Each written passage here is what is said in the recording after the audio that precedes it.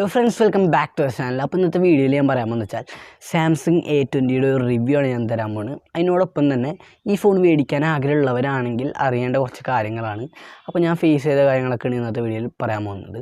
അപ്പോൾ ഇത് ഞാനൊരു 1 വീക്കായി യൂസ് ചെയ്തതിൻ്റെ അടിസ്ഥാനത്തിലാണ് ഈ വീഡിയോ ഇടുന്നത്. അപ്പോൾ വീഡിയോ ഇഷ്ടപ്പെടുകയാണെങ്കിൽ ലൈക്ക് ചെയ്യുക, ഷെയർ ചെയ്യുക, സബ്സ്ക്രൈബ് ചെയ്തോടടുത്തുള്ള ബെല്ലൈക്കൺ ഒന്ന് ക്ലിക്ക് ചെയ്യുക. അപ്പോൾ നമുക്ക് നേരെ വീഡിയോയിൽ പോകാം.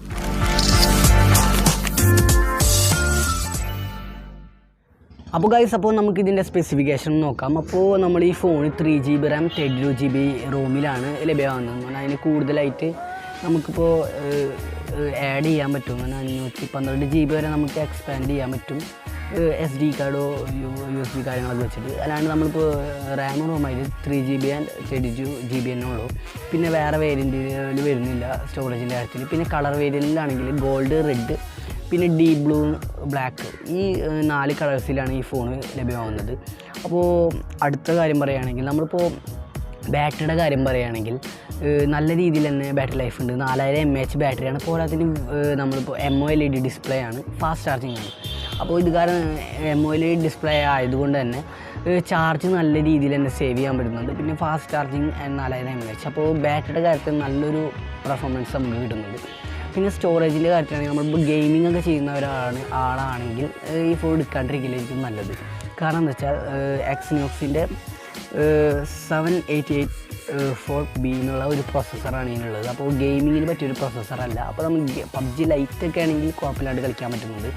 ഫാസ്റ്റായിട്ടൊരു ഹാങ് കാര്യങ്ങളൊന്നുമില്ല. പക്ഷേ നമ്മളിപ്പോൾ PUBG ലൈറ്റ് കളിക്കുമ്പോൾ കുഴപ്പമില്ല. പക്ഷേ PUBG കളിക്കുമ്പോൾ നല്ല രീതിയിൽ തന്നെ ഹാങ് വരാൻ സാധ്യതയുണ്ട്. കാരണം 3GB RAM ആൻഡ് പ്രോസസ്സറിൻ്റെ കാര്യമാണെങ്കിലും കുറവാണ്.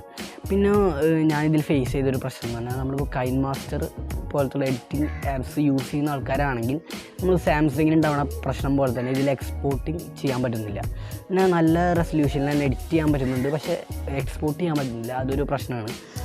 പിന്നെ ഇതിനെപ്പറ്റി പറയുകയാണെങ്കിൽ, ഫിംഗറിൻ്റെ കാര്യം പറയുകയാണെങ്കിൽ, ഇതിൻ്റെ ഫിംഗർ എന്ന് പറഞ്ഞത് നമുക്കിപ്പോൾ മറ്റു ഫോണുകളെ അപേക്ഷിച്ച് വേണമെങ്കിൽ സ്ലോ എന്ന് പറയാം.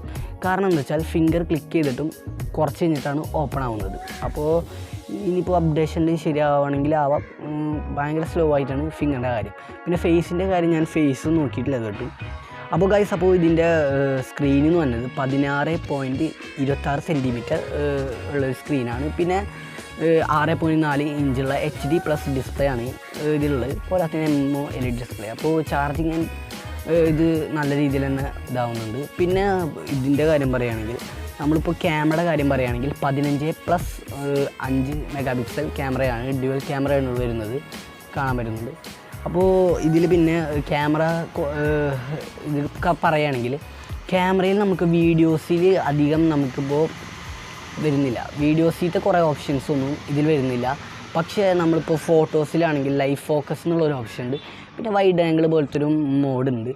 അത് കൃത്യമായിട്ട് എങ്ങനെയാണ് എന്താ സംഭവം എന്നല്ല, വൈഡ് ആംഗിൾ പോലെയാണ് എനിക്ക് തോന്നിയത്. പക്ഷേ ഒരു ഫിഷ് ഐലൻഡ്സിൻ്റെ ഒരു രൂപത്തിലാണ് കാണുന്നത്. പിന്നെ ഇതിൻ്റെ ഇത് പറയുകയാണെങ്കിൽ 4000 mAh battery, 8 megapixel front camera വരുന്നുണ്ട്. അങ്ങനെ സെൽഫി ക്യാമറ 8 മെഗാപിക്സൽ വരുന്നുണ്ട്. അപ്പോൾ നല്ല രീതിയിൽ തന്നെ ബ്യൂട്ടി ക്യാമറ ആയിട്ടുള്ളൊരു സെൽഫി ക്യാമറയാണ്, 8 മെഗാപിക്സലാണുള്ളത്. ക്യാമറയുടെ ഇതിൽ പറയുകയാണെങ്കിൽ വീഡിയോയിൽ ഒരു ഓപ്ഷൻ നമുക്ക് ലഭ്യമല്ല. സാധാ വീഡിയോ എടുക്കൽ തന്നെ. പിന്നെ അതിൽ വീഡിയോയിൽ വേണമെങ്കിൽ വൈഡ് ആംഗിൾ പോലത്തെ ആ മോഡുണ്ട്. അല്ലാണ്ട് സ്ലോ മോഷൻ, ഫാസ്റ്റ് മോഷൻ ഇതൊന്നുമില്ല. അപ്പോൾ ഗൈസ്, അപ്പോൾ നമുക്ക് ഇതിൻ്റെ ഫ്ലിപ്കാർട്ടിൽ റേറ്റിംഗ് ഒന്ന് നോക്കാം. അപ്പോൾ റേറ്റിങ്ങിൻ്റെ കാര്യത്തിൽ എന്ന് പറഞ്ഞാൽ ക്യാമറയുടെ കാര്യത്തിൽ 3.2 റേറ്റിംഗ് ഉണ്ട്. പിന്നെ ബാറ്ററിയുടെ കാര്യത്തിലാണെങ്കിൽ 4.0 റേറ്റിംഗ് ഉണ്ട്.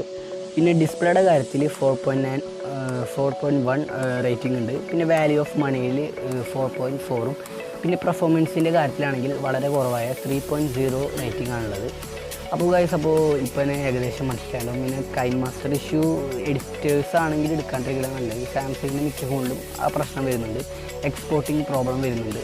അപ്പോൾ ഗൈസ്, അപ്പോൾ ഇതിൽ ക്യാമറ എടുത്ത ഫോട്ടോസൊക്കെ ഞാൻ ലാസ്റ്റ് ഇടാം, വീഡിയോ ലാസ്റ്റായിട്ട് ഇടുന്നുണ്ട്.